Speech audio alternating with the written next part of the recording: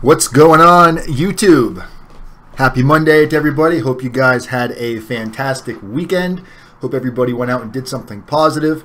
And today we're going to welcome a fellow federal inmate and an awesome friend, Aaron Gunter. How you doing today, Aaron? Very good, man. Thank you for agreeing to do this. I know we've been trying to get together for a little bit of time and just our schedules did not match up, but here we are. We got you live today, and you are a true success story, my man.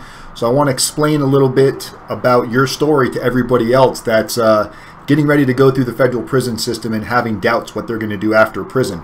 So, Aaron, right now, what is it that you do as a profession? So you're an actual firefighter. Okay. And you have not always been a firefighter, have you?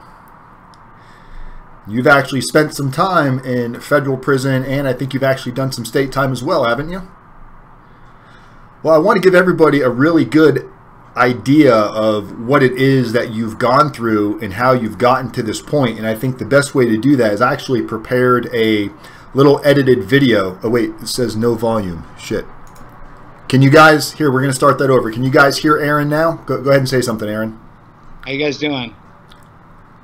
Okay, you should be able to hear him now. His audio button was off, and that was rdapdan foul. My bad, Aaron. I apologize. Good. Okay, they should be able to hear you now. I'm just waiting to see confirmation in the room. Okay, good. They said they can hear you now. So basically, I was just introducing Aaron. And Aaron, explain to everybody again what it is that you do as a profession. I'm a wildland firefighter. So Aaron's a firefighter. He hasn't always been a firefighter. He's actually gone through some struggles.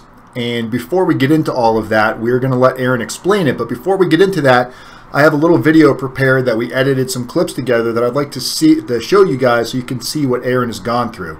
So bear with me here for a second, guys. Let me know. It's about a minute and a half, 2 minutes long.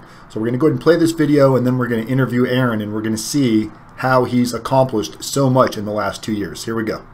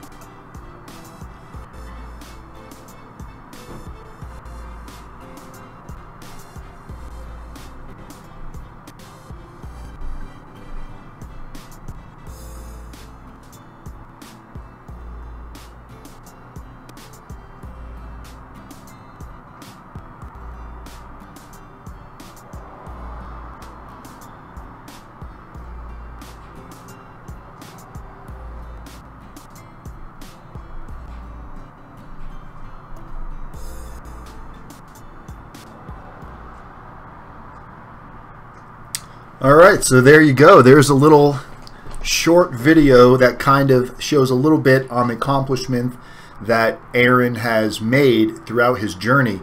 So, Aaron, you started getting in trouble in, what, 2003? And that lasted you until 2015. So, tell us a little bit about, because how old are you right now? 32 years old, and you got started in 2003, and you were how old then? So tell us a little bit about your upbringing and how you got into so much mischief, and which ended up ultimately landing you to go into prison for such a lengthy period of time.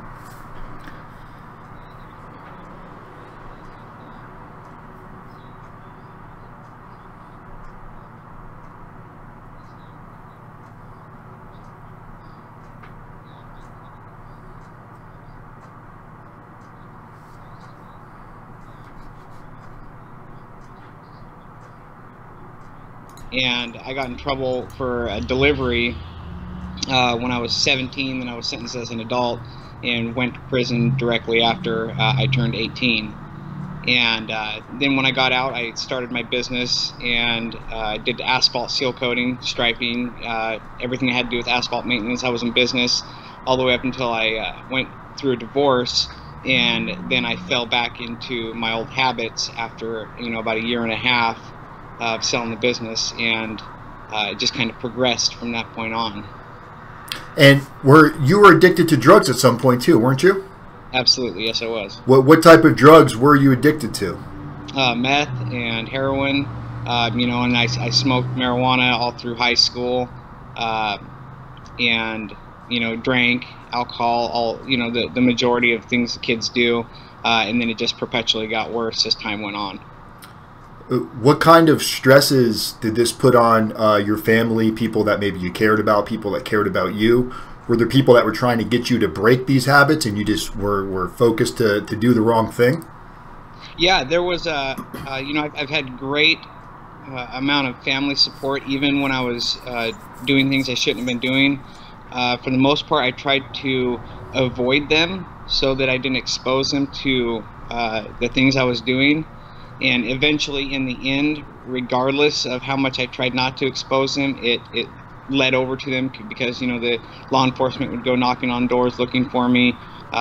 So regardless of what I thought I was trying to do, it still affected them in ways that I can't imagine. So how much time did you spend in prison altogether from 2003 through 2015? I got about 7 to 8 years on installment, a couple years here and then a couple years there, and then this last 4-year term. In the last 4 years, that was in the feds? Yes. And where did you spend that time at? I did quite a bit at Yakima County fighting my case. Then I went down to the J units in Sheridan and spent the remainder of my time at the Sheridan FCI in Oregon. And explain to people that might be watching, what is an FCI?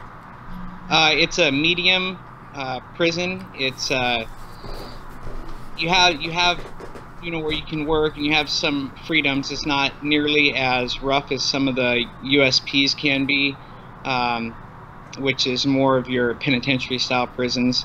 At the FCI, you have a lot more opportunities for education and different programs to better yourself if you so choose to do that. So you didn't spend any time at a camp, did you? You spent all your time in a medium? Yes, I did. And how come you didn't make it to a low or to a camp? Because of my prior criminal history, my felony points, it's based off a point system. So with my points, I wasn't allowed to make that camp grade. Now, prior to going into prison, did you have tattoos?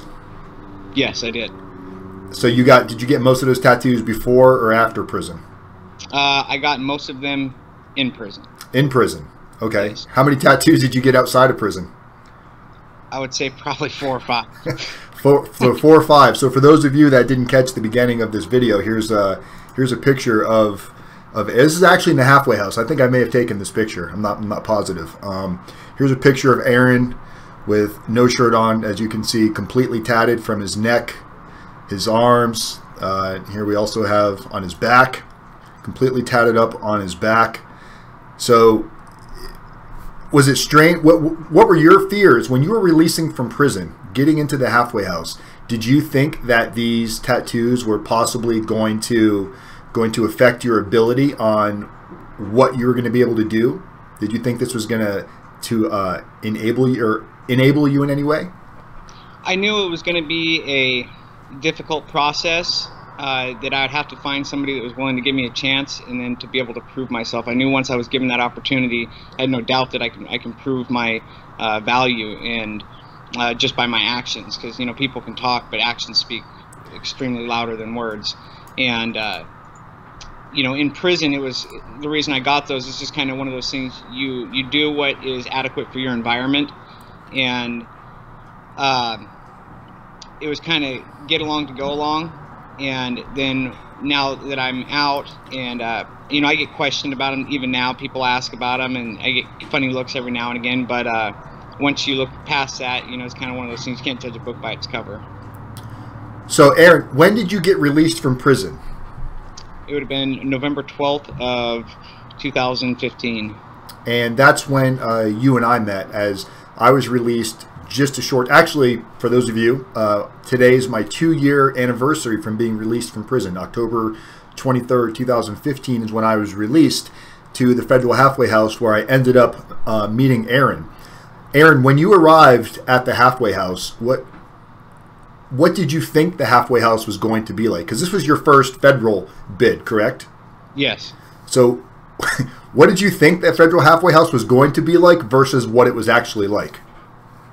I thought it was going to be more professionally ran and things in order, and it really was kind of a sham, you know, the way they had things organized there, the way they treated the people, and the way they handled their paperwork. It wasn't what I was used to, you know, where in the prison system, even though it may not always cater to what you want, at least their I's were dotted and T's are crossed. And in the halfway house, it wasn't so much like that. It's kind of, you're on your own, and if they like you, they like you, and if they don't, well, they don't.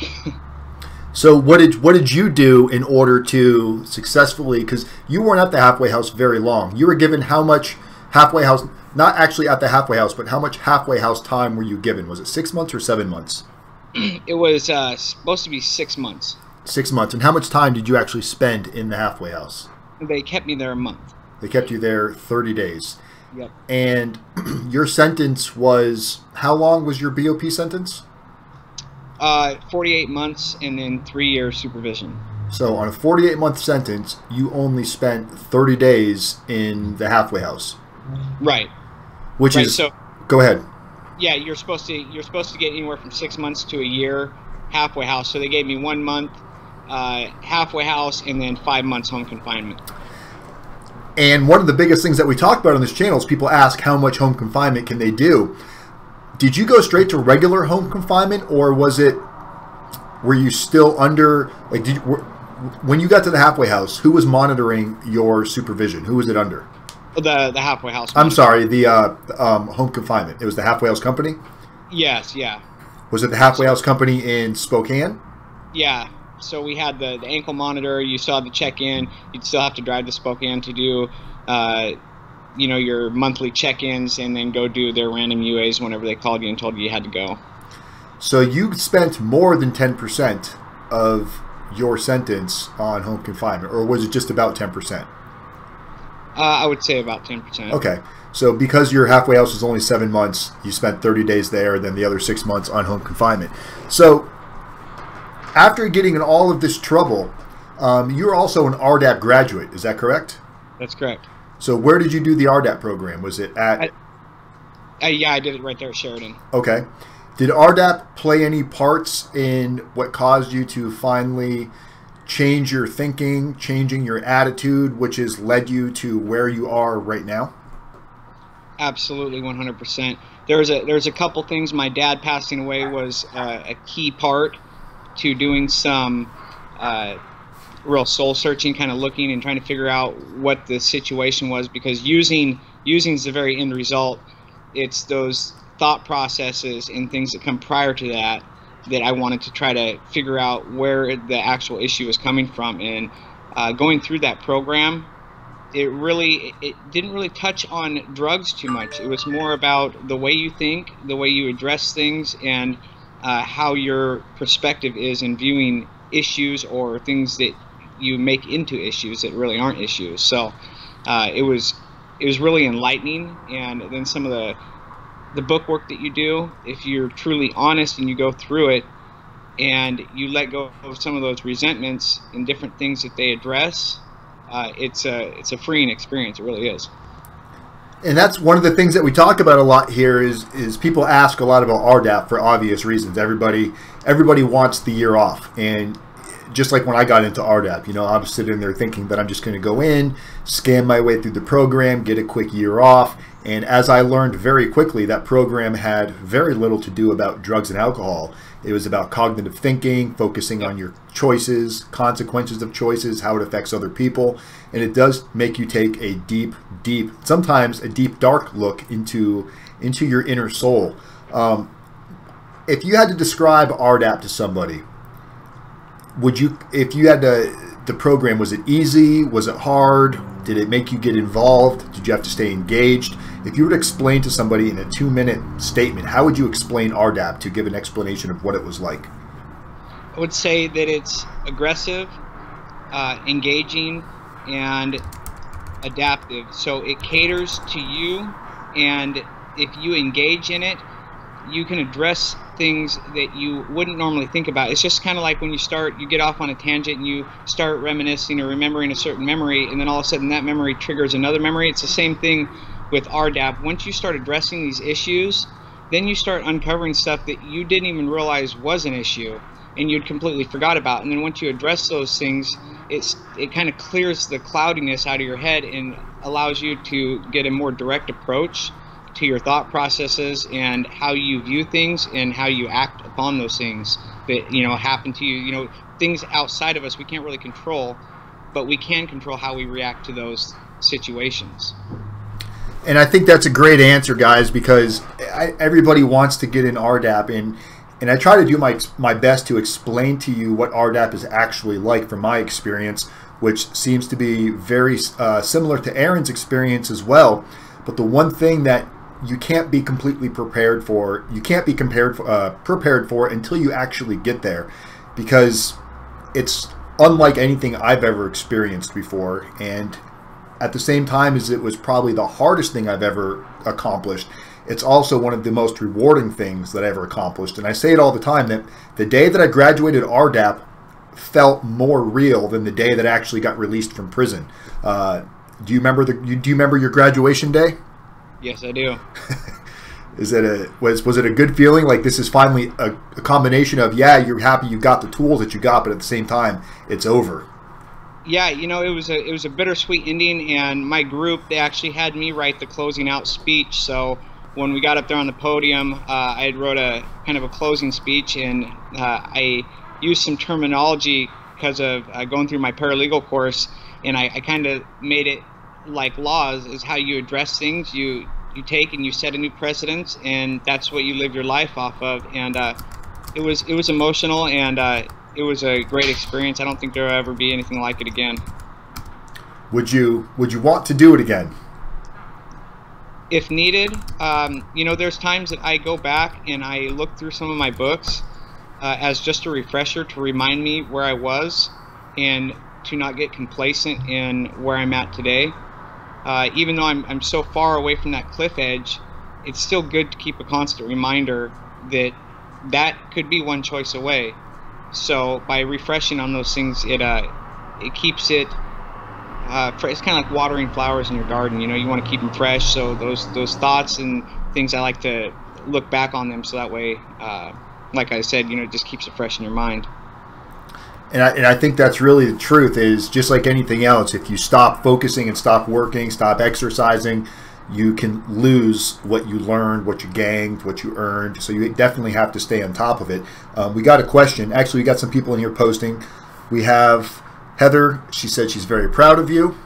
And Mr. Merrick, he would like to know, he says, if there was anything you could change or improve about RDAP, what would it be?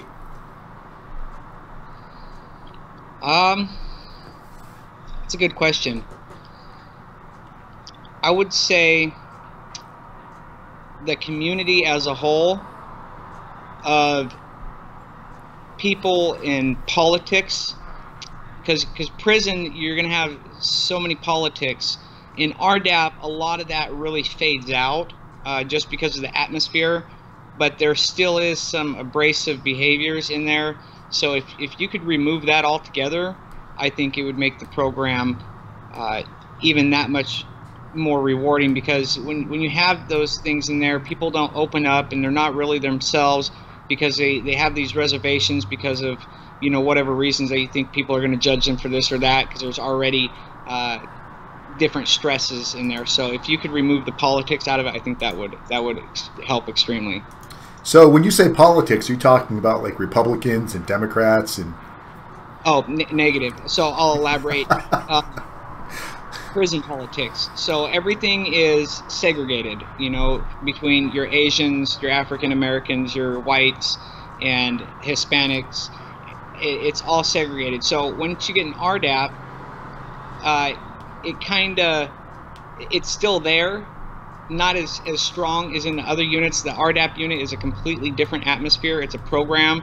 It's ran like a program. You get up, you do your routine, and these routines actually, I believe they compel you to do things better. So, you know, you get up, you make your bed, you feel rewarded that you made your bed, and you go to chow, you come back, you do your morning meeting. All these things, you get into a behavior that you're going to take out to the street. You know, you get up in the morning, you make your bed, you go eat breakfast, you go to work, you get in these habits that start in there. So with the politics, you remove some of that stuff out with the racism, and it allows you to be a little bit more freer, and you can speak without, you know, thinking you're going to be judged, or they're not going to listen to you because you're a black guy or a white guy, or whatever the nonsense is. So being you were at a medium, politics was probably a lot more prominent than it was where if you're at like a low or a camp. A lot of the viewers that we have of people that are going to be heading off to federal prison in the next few months, I would say most of them are going to be looking at a camp. A few of them may be looking at a low, and then very few may be looking at a medium. But I think it's great to know that, because when you get to a camp or a low, you might feel like, oh, this is the worst place in the world. But you're going to meet people that have come down from higher security prisons that this is, you know, as good as they've had it in a very, very long time. And was there ever any political issues that you were involved in prison, or that you were forced to be involved in because you're white and you have to hang out with white guys? Did anything ever happen that you wish hadn't? No, you know, fortunately, I made my decision. You know, I got approached by different, you know, clubs or groups, I suppose you could say, or gangs, about you know, hanging out with them or whatever. And basically, you know, they have their cars, and these cars are, you know, these groups. So, you know, you'd have, I won't say any names, but you have, you know, one group that believes in this philosophy, another group that believes in this philosophy, and say, you know, these groups are all white, but they have different philosophies, just like different religions. And, you know, I told them, I'm here to do me, and even though you're white, they're what you call independent. So even though you're not in their group, you still are segregated in the chow hall. You eat with other white people that are not politically affiliated with these groups. And I kept my head down and minded my business. I was respectful to everybody. I didn't pass judgment upon nobody. I always, if I bumped into somebody, I said, excuse me, or I'm sorry, I backed up. I didn't cut people off. It's just, I found that in the feds, there's a lot more respect, because people have a lot more time, and there's really nothing to lose for them. So if you disrespect them, it can become an issue real fast if you're not courteous, you know. So it's really the way it should be. You should be respectful to anybody you run into. So you were sentenced, you said, to, was it 48 months? Yes. Okay, so 48 months. When you were given your sentence the day in court, when you heard 48 months, what did it feel like?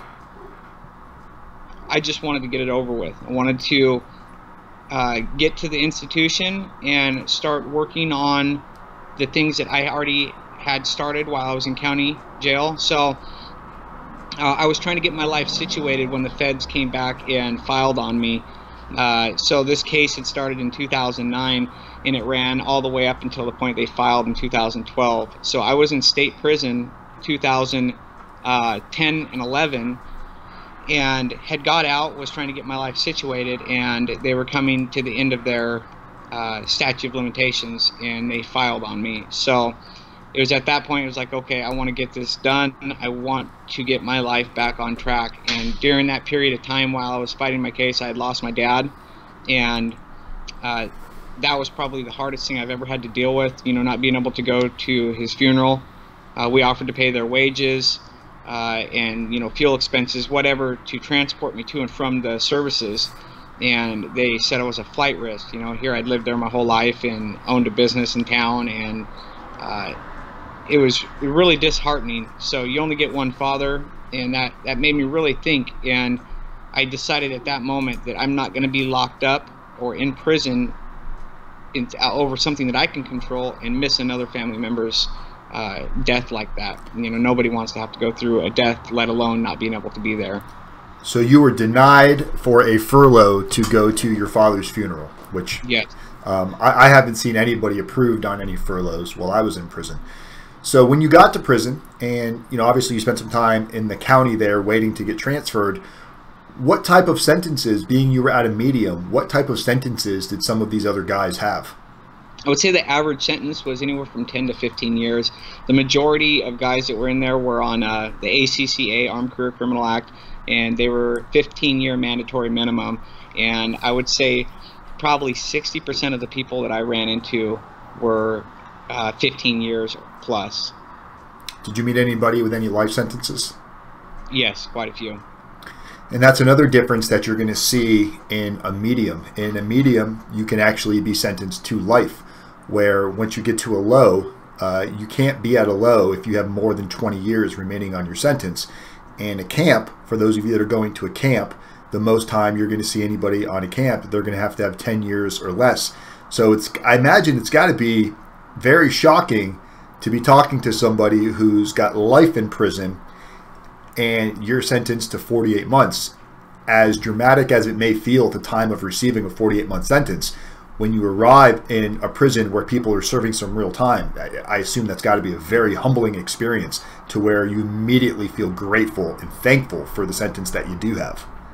Yeah, you know, that's one thing I learned. I worked out at Unicorn. I worked with this gentleman. He got sentenced to 488 years.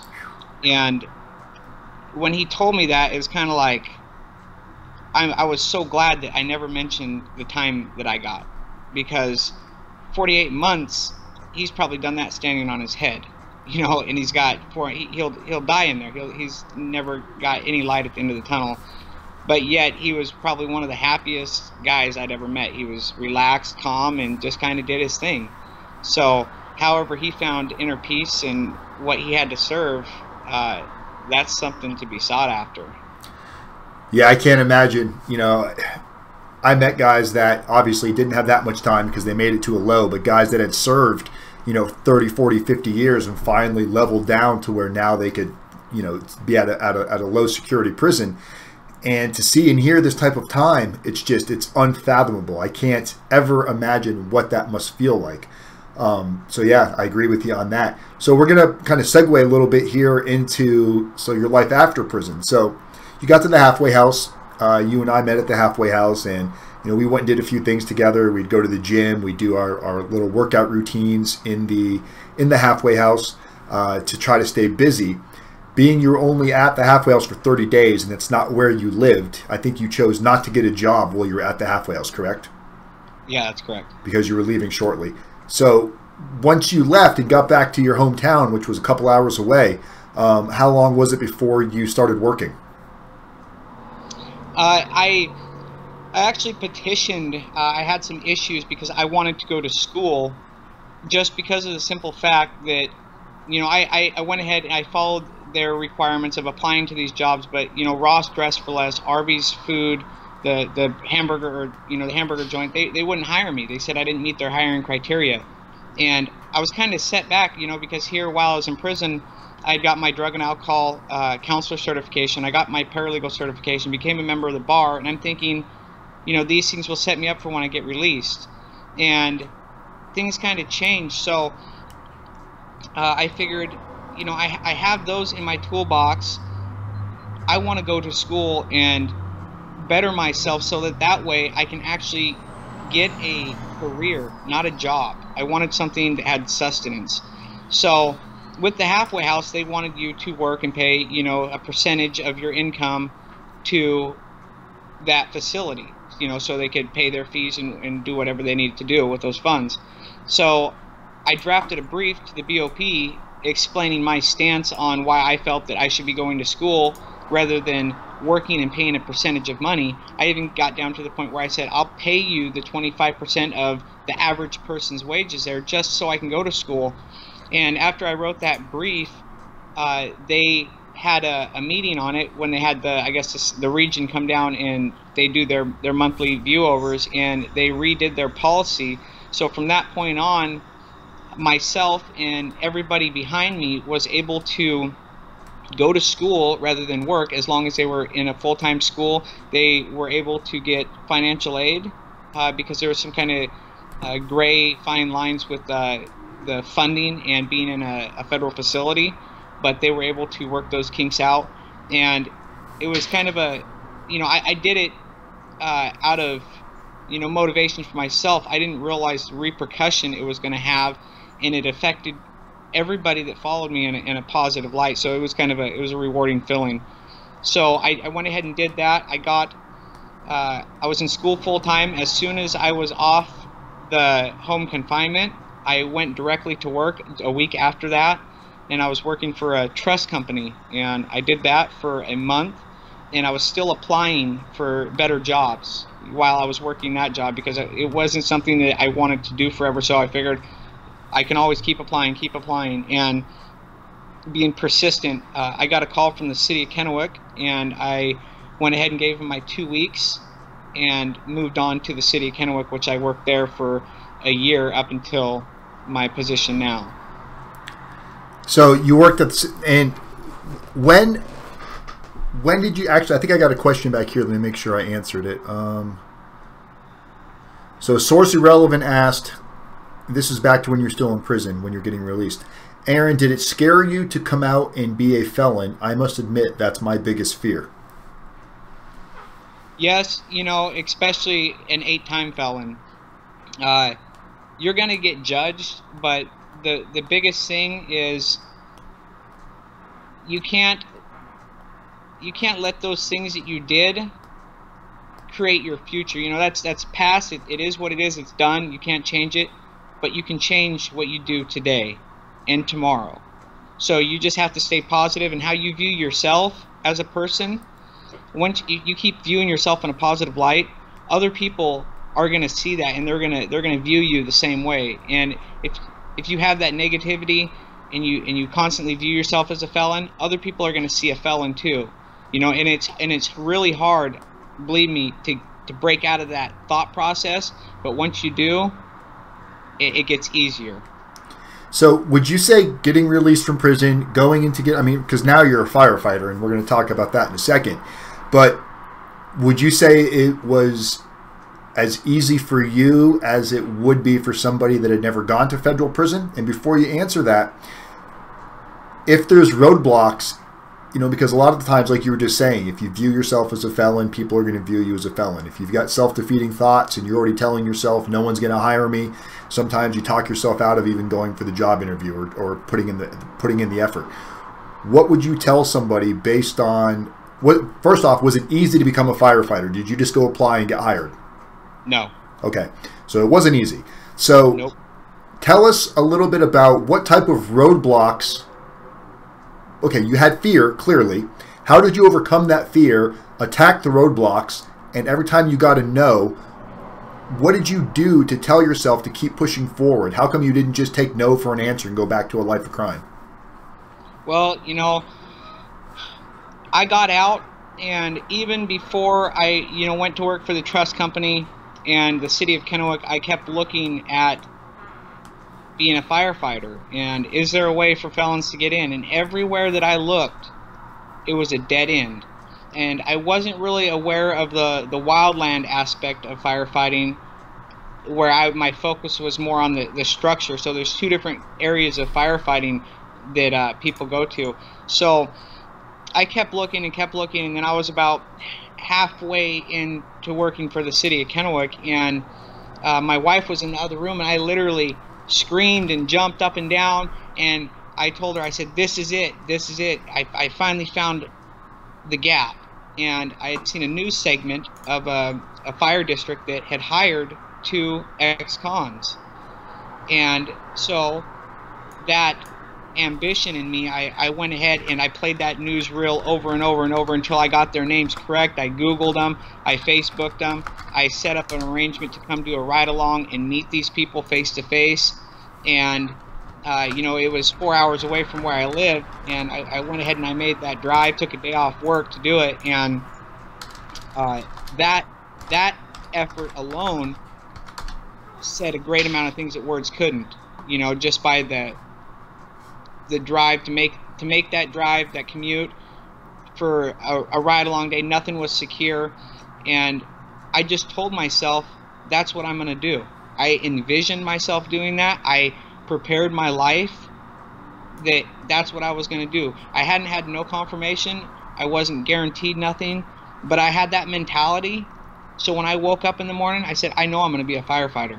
I know that's what I'm going to do. It may take hard work. It may take a lot of getting knocked down. It may receive a lot of flack from people that might not think I belong, until I can show them that I do have value and I have worth in that. And eventually it paid off. So you've been out of prison not even 2 years yet. You've become a certified diver. You've got a paralegal degree. You've become a firefighter, and you've also started a family, correct? That's correct. So that's probably my greatest accomplishment. So tell us a little bit, and I meant to have a picture to pull up here, but it was in the video that we played.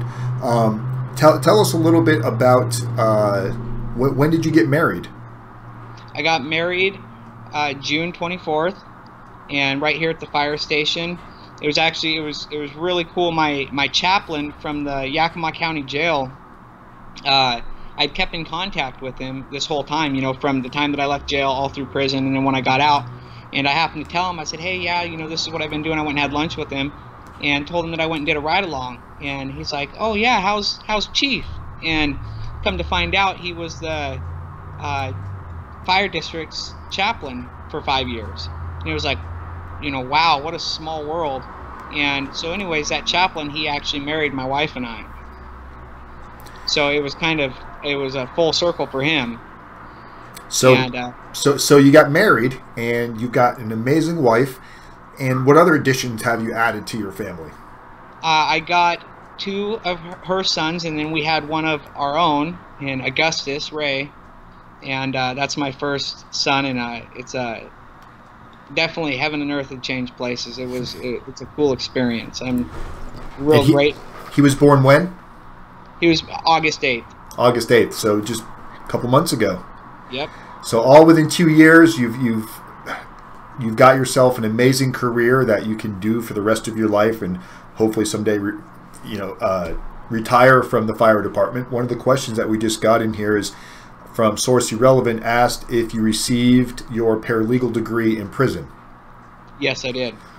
Did you have to pay for that? Was it, or how? Yes, I had to pay for it. So, to kind of touch back on prison and the halfway house and out here. So what I did in there is I lived my life in there how I was going to live it out here. So, you know, I got up in the morning, went and did my workout, came back. I went to school because I also did my Microsoft Business, the software certification through their community college there. I did that in the morning. I went to work in the afternoon, and then in the evening time, I'd work on my paralegal. So I didn't go out to the gambling tables. I didn't hang out at the yard. I really didn't associate with a whole lot of people. I kept my circle of friends small, so that way I stayed out of a lot of the drama, all the stuff that happened in there.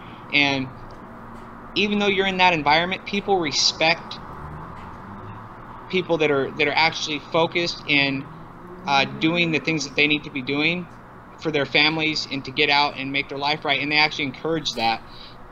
There's some people that'll they'll just steer clear of you rather than, you know, bring you into whatever problems that they're having in the unit between, you know, if there's race issues or whatever. Usually they tend to just kind of leave you out of it. So I continued that when I got out of the halfway house, or I continued that same behavior, get up, had a routine, and then after I transitioned out, I maintained that. So it wasn't like you're changing the way you live. If you keep it and you've got that routine, you know, they say after you do something for 40 days, it becomes habit.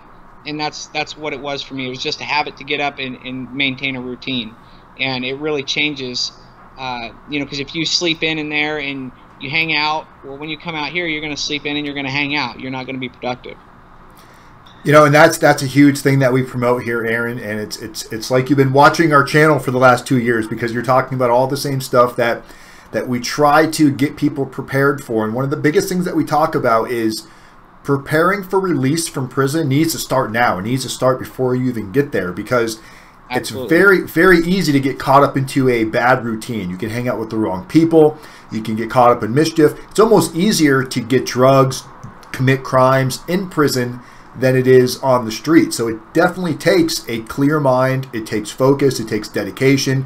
It takes willpower to do the right thing in prison, because you really are fighting against the current. And as you've seen, just like I've seen, so many people that got out around the same time you and I did are already back in prison. Some of them on violations, some of them on brand new charges. And it's what scares the shit out of people that are getting ready to go to prison, because they see this revolving door of people going in and people going out. And it's easy to become a victim and say, oh, it's because the system wants me to go back to prison, or somebody told on me. We're going to wrap up here in a minute, but what advice would you give to somebody that's getting ready to go to prison to explain to them why this does not have to define who they're going to be? I would say, don't make excuses for the things you do. Accept them, be accountable, and you know, you can't let a past action define your character. You know, that may be a situational issue and a behavior that happened because of whatever influences that were at that time of your life. Once you move past that, you have to really move past that and change the way you think, the way you treat others. You know, for me, doing things for other people made me appreciate being able to simply do that. You know, where before, only person I cared about was myself. So I think being of service to other people is key, and it really helps with, you know, your self-worth and how you respect yourself. So be kind, do things for other people, stay focused, stay motivated, be persistent, and don't take no for an answer. It's amazing advice. Do you guys have any last-minute questions here for Aaron? And Aaron, would you mind if I know a lot of people want to keep tabs on you and keep in touch and watch your progress. Would it be okay to post your Facebook on here for people to follow you? Yeah, you're more than welcome to. Okay. There you go. There's Aaron's Facebook, guys. So if you want to go ahead and add Aaron, if you can't find him there, he's also on my Facebook. You can just add him through one of my friends. But Aaron, you know, you are a true success story, probably more so than anybody that I've met yet. And from the minute I met you, you know, you weren't in the halfway house a couple of days and you were like, oh, I'm going to become a paralegal, I'm going to do this. Even though it's not what you're doing now, you had the dedication and the motivation to do something beyond just the stereotypical what prisoners are able to do after prison. And somebody just posted in here, this is what the media should be focusing on, stories like this, letting people know that there can be success after prison. And stuff like this, for some reason, is swept under the rug because we would rather watch, you know, violence and things on TV versus an amazing story, because there's so many people that are going through similar footsteps that are thinking about suicide right now, that are terrified, they're getting ready to run. They think prison is going to be an unbearable, unsurvivable type of an environment. And you are proof that even at 5'1", you can be an amazing success story. Yeah. Well, can't that short jump. Brother, I love you. You're a great friend. I'm glad you could take the joke. Guys, if you, I will definitely have Aaron on here again in a couple of months to get an update to see once all the fires have gone by and he's got a little more free time on his hand. Aaron, thank you very much. I really appreciate you coming on here. Guys, I appreciate you all for joining us. As always, I'm rdapdan. Every day is a new day. People helping people. Community is method. One day at a time. All right, buddy. Thank you again, Aaron. Everybody have a great day.